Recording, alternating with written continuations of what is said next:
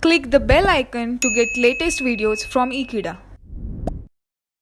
Hi friends, in the previous lecture we have did the nomenclature of aldehyde as well as ketone, and now in this topic we are going to draw the structure of the organic compound name. That could be an IUPAC nomenclature or that could be a common name. So now let us understand that how can we draw the structure of aldehyde and ketone, of which we are provided the IUPAC name as well as the common name also. So now let us understand this in this topic.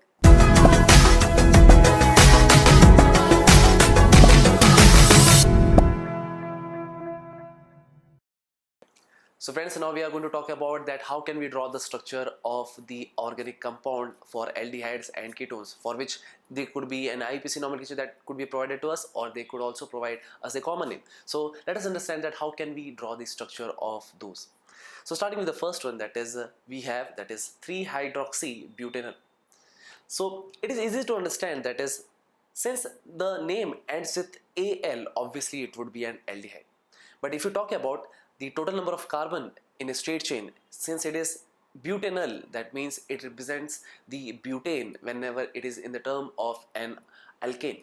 So that's the reason that it will have the 4 carbons in a straight chain, and those are can be written as 1, 2, 3 and 4. That is methane, ethane, propane and butane. So since it is butanol, obviously we understand that it is the carbonyl group that will be at the terminal position. So therefore this is double bond O, and now this is H we have represented over here because this is the aldehyde group that we have, and now this is nothing but the butanol. But what they have also represented as, they have represented that is 3-hydroxy. So the numbering starts from the carbonyl group. So if I would number it from here, that is, it is carbon number 1, this is carbon number 2, this is 3, and this is carbon number 4. And this 3 represents the position of the hydroxy group, and the position of the hydroxy group is at the 3rd carbon atom. So this is the 3rd carbon atom, and what we have to do is we have to represent the hydroxy group, and that is nothing but OH. And the rest of the thing is very simple, that is we have to fulfill the valency of the carbon atom. So therefore this could be written as CH3, this could be written as here as CH, and here it is CH2. So this is the structure of 3-hydroxybutanol. Very simple to understand. So now let us move on to the next one. So the next thing that we have is di-secondary butyl ketone. So this is not an IUPAC name, this is in fact a common name, because whenever a IUPAC name, if we are representing about a ketone, it ends with ONE, it doesn't ends with ketone. So that's the reason that it is a common name, and for which we have to draw the structure also. So what they have is di-secondary butyl ketone. Obviously whenever we are talking about ketone, obviously it will have that is C double bond O group that should be attached with the 2 alkyl groups, and that could be the same also, or that could be different also. But the thing is, they have provided here as di-secondary butyl. That means on either side of this carbonyl group we have secondary butyl, and the secondary butyl structure can be represented as follows. So that is this one, that is, this is how we can represent, because secondary butyl, it has a structure of this one. Let me introduce here also. So this is basically a secondary alkane or secondary alkyl group that we have. So in either side we could get the secondary butyl here as well as the secondary butyl here also. So I'm representing it here. I'm not represented here the hydrogen, but let us understand that we have to fill the hydrogen atoms over here. So that's the reason that here it will be CH3. Even here it will be CH3. For here it will be only CH, here it will be CH2. Similarly, I could write it over here as CH3, here as CH, here as CH3, and here as CH2. So if you observe, then this is nothing but the secondary butyl, and even this is the secondary butyl. So both of the secondary butyl are basically attached to the carbonyl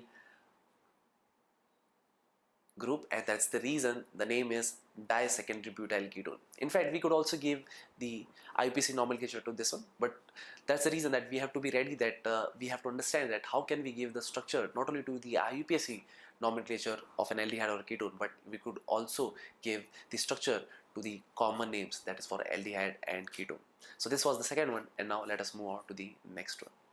So the next one is 4-oxopentanol. Obviously it ends with pentanol. Obviously we could say that it is a IUPAC name, and since it is ending with Al, obviously it would be an aldehyde. But It represents pentanol, that represents the total number of 5 carbon atoms that could be in a straight chain. And also pentanol, it is derived from the pentane as an alkane, so that's the reason that it will have basically 5 carbon atoms that are in a straight chain. So therefore this is carbon number 1, 2, 3, 4 and 5. And since it is an aldehyde, obviously we have to represent the aldehyde group that should be at the terminal position or at the first position, wherever we could represent it. So therefore this is double bond O and this is H over here. So this is the aldehyde group that we have. And now let us understand to give the numbering. And obviously we understand that we should give the numbering from that carbon atom, which is nothing but the aldehyde group. So this is the carbon number 1, because it has a carbonyl group that has been attached to it, as well as this is an aldehyde group or aldehyde functional group. So this is carbon number 1, this will be carbon number 2, this is carbon number 3, this is carbon number 4 and this is carbon number 5. So overall it represents pentanol, but it is not only pentanol, we have to write 4-oxopentanol. We have to give the structure for 4-oxopentanol.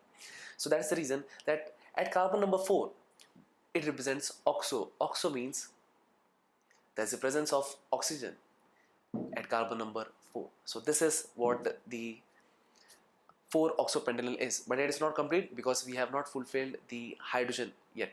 So therefore we have to represent the valency of the carbon also. So here it is CH3. Here would be no hydrogen because as we know that carbon has a valency of 4. So this is CH2 over here, and here also it is CH2. So that's it. This is the structure of 4-oxopentanol. So now let us move on to the next one. So the next task that we have is we have to give the structure for 4-methyl 3-nitrobenzophenone. So this benzophenone is nothing but the suffix n, that is the main parent aldehyde or ketone. That is what we have to represent, or we have to draw the structure for benzophenone. The benzene that we have, so this is benzene, this is the carbonyl group. So this is the carbonyl group that has been attached to 2 benzene groups, and so this is the carbonyl that is basically attached to 2 benzene ring, and so this is nothing but the benzophenone. And what we have is we have 4-methyl 3-nitrobenzophenone. So among this, one would be nothing but the phenone group, while the other one would represent benzene. And on that benzene, basically on the 4th position as well as on the 3rd position, there are 2 different groups. So let me make you understand that where will be this other groups, that is this methyl as well as this nitro group. So this carbonyl group is basically it is attached to this carbon of the benzene. So therefore this will be carbon number 1, this will be carbon number 2, 3, 4, 5 and this is 6. And on the 3rd position we can observe that is 3-nitro, means nitro group is attached to the 3rd carbon of the benzene ring. So therefore this is the nitro group, that is NO2. And on the 4th position or on the 4th carbon there is a presence of methyl group that could be represented by CH3. So this is the structure of 4-methyl 3-nitrobenzophenone. Very simple. And now let us move on to the next one. So the next one that we have is 2-methyl 4-oxopentanol. This is the thing that we have did earlier also, but here we have another group also that has been attached, that is 2-methyl. So it is very simple to understand, that is this is nothing but the IUPAC nomenclature that has been given to us, and we have pentanol. So pentanol, it represents 5 carbon atoms that has an aldehyde group. So this is carbon number 1, 2, 3, 4 and 5. So at the terminal position, obviously we understand that for aldehyde it is present the functional group, that is the aldehyde group that has been present at the extreme side, or that is we could call as terminal position. So this is carbon number 1, this is carbon number 2, 3, 4 and 5. On the 2nd position or on the 2nd carbon, methyl group is been attached, so therefore I could have it over here as CH3. And on the 4th position there is oxo group, or there is a presence of oxygen, and that's the reason that here it will be a carbonyl group that has been attached on the 4th position. And now we have to fulfill the valency of the carbon atom, so that could be done by writing over here as CH3, here as CH2 and here as H. That's it. That was simple. So that's how it is, very simple. Now let's move to the next one. So the next one that we have is 4-chloropropionol. Here, as you could see, that is, it has been represented as propionol. Obviously, we could say that it is nothing but it could be a common name. But let us understand the structure of phenol. So the structure of phenol is very simple to understand. That is, there is a presence of benzene ring, which is basically attached to, that is C double bond O. But since it is a ketone, because it ends with O and E, so that represents that there is a presence of another alkyl group also, or that could be an aromatic ring also. But since we have represented the aromatic ring over here, but the next one, it would be a propane, because as you could see over here, that is, it is been represented as propio. So propio means nothing but it is nothing but propyl group that has been attached to this side of the carbonyl group. So propyl means basically 1, 2, 3. So we could give the numbering to this benzene ring, and that can be given as, that is carbon number 1 over here, 2, 3, 4, 5 and 6. And here basically they are representing, that is, it is 4-chloro, and that 4-chloro, it will be for the benzene ring. Means on the fourth position of, or the fourth carbon of the benzene, we could find that is there is a presence of, that is, chlorine group that has been attached to here. So this is what we have. And now let us fulfill the valency of the carbon, and that is, here it will be CH3, here it will be CH2, and here it will be CH2. So this is what the structure of 4-chloropropionol is. Let's move to next one. The next one is dibenzyl ketone. The dibenzyl ketone, it obviously it represents the common name, and the common name can be given as, with the representation of C double bond O, on either side we have to, or either on the free valency of the carbon we have to fulfill the aromatic ring, or it could be an aliphatic ring also. So on either side of the free valency of carbon there could be an aromatic ring, or there could be an alkyl group. So here it represents dibenzyl ketone. Dibenzyl ketone. So first of all, let us understand what is the structure of benzyl.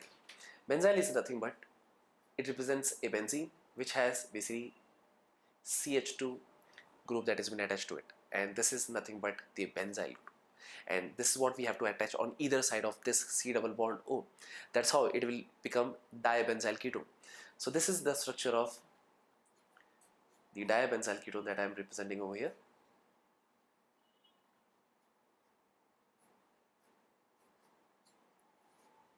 That's it. Simple. Let's move to the next one.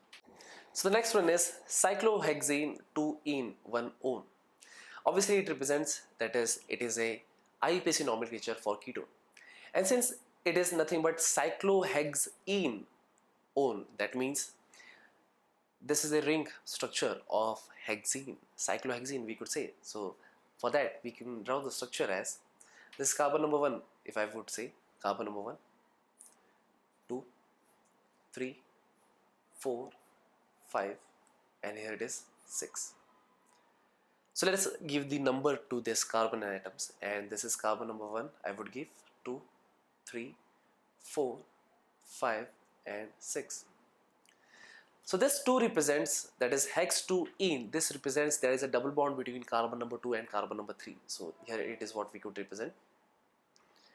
As well as we can understand that there is a presence of, that is one number that is been present over here in the IUPAC nomenclature. So that represents the double bond O on the first carbon atom. So this is the structure of cyclohex 2-in-1-one. But it is not been complete yet. Obviously we know that we have to fulfill the valency of the carbon atom also. So here we could write it as CH2. Even here it will be CH2. Here it will be CH2. While here it will be only H. Here also there will be only H. And that's it. This is cyclohex 2-in-1-one. Let's move to the next one. So the next one is, that is 4-methyl pent 3-in-2-one. Obviously it is an IUPAC nomenclature of an ketone. So let us understand that how can we draw the structure for this one. So first of all, let us focus on the suffix, and it represents pent 3-in-2-one. Obviously it is nothing but it is a ketone which consists of 5 carbon atoms in a straight chain. So we will write it as it is, like carbon number 1, 2, 3, 4 and 5. So now let us give the numbering also. So this is carbon number 1, 2, 3, 4 and 5. Here it has been represented as pent3-ene. That represents, that is the presence of carbon-carbon double bond between carbon number 3 and carbon number 4. So here it is between carbon number 3 and carbon number 4 there is a presence of double bond, while this represents the position of the carbonyl group, and that is on the carbon number 2. So I will represent over here as carbon number 2. On the carbon number 2 there is a presence of carbonyl group over here, and on the fourth position there is methyl group. So this is the fourth carbon atom, and this is a methyl group that is being attached over here. And now let us fulfill the valency of the carbon by fulfilling it with hydrogen atoms. So this is CH3 that will be present over here, even here it will be CH3. And let us see what else we could number. Yes, here it will be only one H, and that's it. So this is the structure of 4-methyl pent3-ene 2-one. Now let's move to the next one. So this is the last one that we are going to do, that is diphenyl methanone. And methanone, it represents a ketone which has only one carbon atom. So this is nothing but a ketone. On either side of the carbon there will be either an aromatic ring that would be attached, or either that will be an alkyl group that would be attached. But in this case, since we have represented methanone, but on either side of this ketone or on either side of this carbonyl group there is a presence of phenyl group, and overall it will make as a ketone. So the phenyl group can be represented as this way. So this is the phenyl group, and here also, because there is a presence of diphenyl, so here is what we could represent the presence of a diphenyl. So let me represent it with this one. So that's it. So this is the structure of diphenyl methanone.